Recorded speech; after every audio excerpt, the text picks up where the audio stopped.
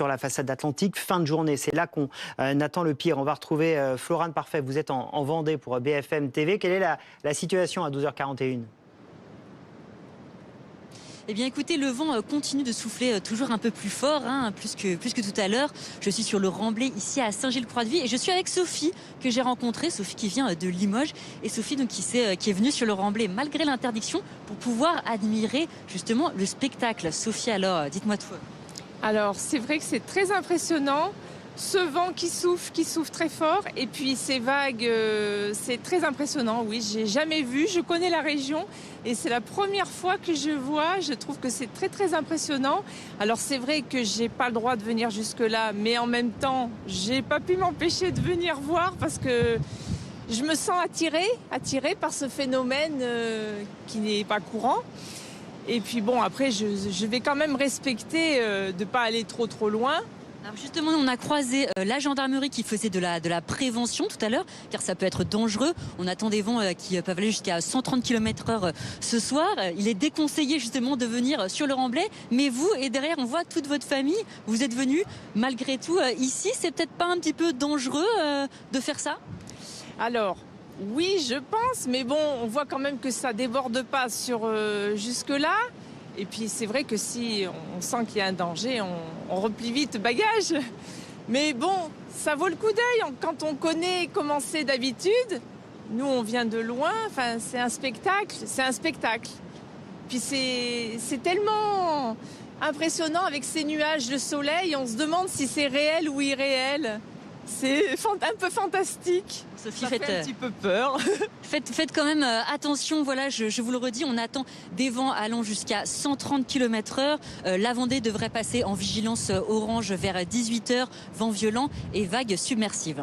Merci beaucoup Florane Parfait avec Camille Martin en Vendée pour BFM TV. Alors j'ai un pompier qui boue en plateau. Non, madame, elle peut encore, on n'est pas en vigilance orange. Mais par contre, à partir de 17-18h, on ne va plus regarder les vagues, on rentre chez soi. Dès maintenant, c'est ça que vous voulez dire. Vous avez le droit de me contredire. C'est dès maintenant, puisque on n'est peut-être pas encore en vigilance orange, mais quand je vois déjà les images, on peut considérer qu'on est à minima en vigilance jaune. La vigilance jaune, bien souvent, j'ai l'impression que les gens la minimisent. Mais c'est pas anodin, la vigilance jaune. C'est qu'il y a déjà un début de risque.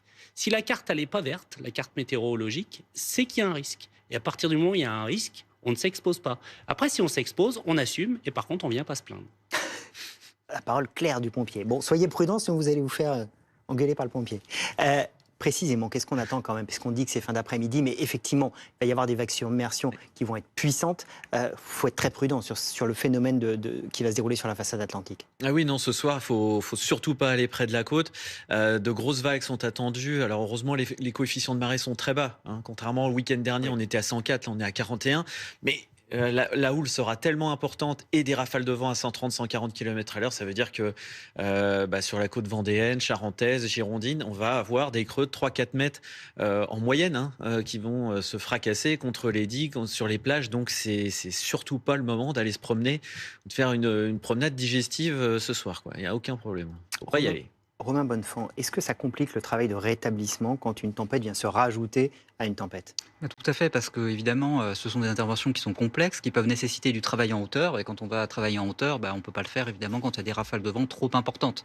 Et donc c'est vrai que la difficulté de ce qu'on voit, c'est l'accumulation des causes. Les infrastructures électriques qui sont touchées et donc des problèmes sur les réseaux télécoms, des difficultés de circulation, d'accès aux routes avec beaucoup d'arbres qui sont tombés, qui aussi perturbent les opérations de rétablissement. Est-ce que tous les opérateurs aujourd'hui se préparent à ces phénomènes de plus en plus intenses, à ces phénomènes de plus en plus forts pour renforcer le réseau, pour faire qu'il puisse tenir encore un peu mieux ? Oui, tout à fait. Les opérateurs disposent de systèmes de secours dans leurs équipements qui permettent de résister à un certain nombre de types de crises. Il y a des réglementations qui ont différents angles, les infrastructures critiques, la cybersécurité dans d'autres domaines, etc. Souvent, les opérateurs vont un peu plus loin même que la réglementation, donc c'est quelque chose qui est bien pris en compte. Après, il faut rester très humble finalement par rapport à ces phénomènes qui en plus vont être de plus en plus fréquents, vont s'amplifier. Et donc, quand on pense en termes de résilience, la résilience finalement, ça ne va pas être d'être complètement imperméable aux crises. c'est de se préparer au mieux aux crises. Et bien évidemment, après cette crise, il faudra faire, comme pour toute crise, un bilan, un retour d'expérience et puis s'améliorer. Je pense que c'est le devoir finalement de chacun, et notamment quand on gère des infrastructures aussi critiques que les télécoms. Mais la résilience, c'est aussi et surtout ce qu'on fait en ce moment, c'est-à-dire d'être capable de rétablir rapidement le fonctionnement de l'ensemble des infrastructures. Et c'est ça qui est absolument essentiel, et pour ça qu'on a besoin aussi d'un secteur télécom qui fonctionne bien, qui est fort, etc. Aujourd'hui, le secteur des télécoms, c'est 130 000 personnes chez les opérateurs, un secteur plus large d'infrastructures numériques de 260 000 personnes. Avoir ces équipes sur le terrain, c'est vraiment une force pour faire face à ce type de situation. Et tout le monde a été beaucoup plus efficace qu'en 99. C'est les fameux retours d'expérience qui nous permettent de nous enrichir et d'être à chaque fois meilleurs.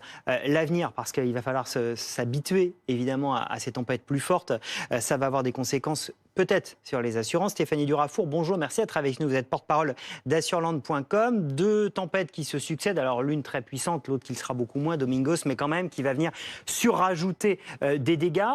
Comment on fait quand on est dans une zone qui a déjà été touchée et qui va de nouveau être touchée ? Oui, effectivement, c'est très compliqué pour les personnes qui ont déjà été sinistrées, parce que le conseil qu'on donne, c'est de prendre des mesures conservatoires, c'est-à-dire d'aller protéger son bien, donc faire appel à des couvreurs, commencer à écoper l'eau. Et là, le problème, c'est qu'on risque d'avoir une deuxième vague avec des inondations.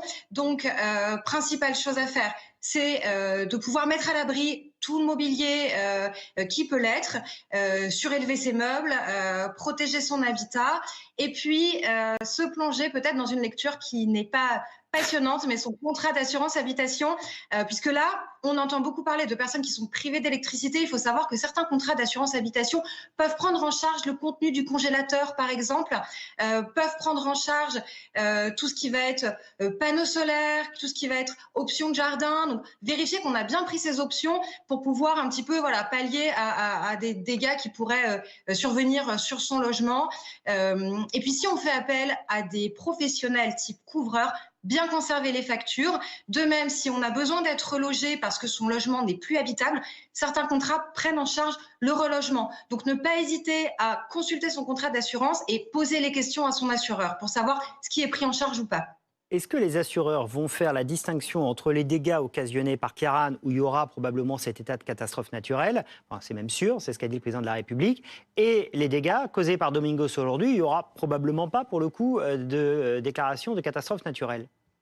Alors effectivement, il faut faire la distinction entre les tempêtes. Les tempêtes sont prises en charge dans le cadre de tous les contrats d'assurance habitation. Donc pour le type de dégâts qui va être causé plutôt par les vents, ça sera ce qu'on considère comme l'assurance un petit peu traditionnelle, son contrat classique. Et puis tout ce qui va être engendré par les submersions marines ou les inondations, là on pourra déclencher l'état de catastrophe naturelle. Et c'est pour ça qu'après, il va falloir aller voir commune par commune, quels types de dégâts ont été causés et si on peut déclencher l'état de catastrophe naturelle ou pas en fonction du type d'événement climatique qu'il s'est produit. Donc très concrètement, ce que ça change, l'état de catastrophe naturelle, c'est un délai plus long pour l'indemnisation. Donc là, c'est déjà le cas pour Ciarán, puisque les assureurs se sont engagés à étendre à 30 jours au lieu de 5 le délai d'indemnisation, et ce sera une franchise fixe de 380 € pour les sinistrés, et puis la promesse d'être indemnisé un petit peu plus rapidement par les assurances. Merci beaucoup pour toutes ces explications très précises. On voit que ça va être un peu le casse-tête, malheureusement, pour tous ceux qui ont été touchés, pour faire la distinction avec ces deux tempêtes. Allez, une petite lueur d'espoir quand même. On nous a parlé depuis quelques jours d'un rail de dépression. Est-ce qu'on a passé le gros de ces wagons de dépression qui nous arrivent? Oui, exactement. Donc là, on a encore 24 heures à surveiller, avec beaucoup de vent donc attendu la nuit prochaine, notamment donc sur l'ouest et en Méditerranée. Mais à partir de demain, ça va un peu se calmer. Mais ça va simplement se calmer. Ça veut dire que le rail océanique, le rail de dépression et de perturbation, pour parler dans le jargon météorologique, n'est pas terminé. On en a encore, je pense, pour une bonne dizaine de jours. Donc beaucoup de pluie à attendre pour ces prochains jours. Encore du vent, mais que des coups de vent. Et pour le moment, fort heureusement, on ne prévoit pas, ou en tout cas on n'anticipe pas de tempête. Merci beaucoup pour toute explication. Merci à vous d'être venu sur le plateau du Live BFM, nous éclairer, donner des conseils ce matin à tous nos téléspectateurs. Soyez donc prudents, vous avez compris le message avec cette vigilance orange et cette nouvelle tempête Domingos qui balaye la Bretagne en ce moment. Le pic d'intensité fin d'après-midi sur la façade atlantique. Ça va mieux, hein.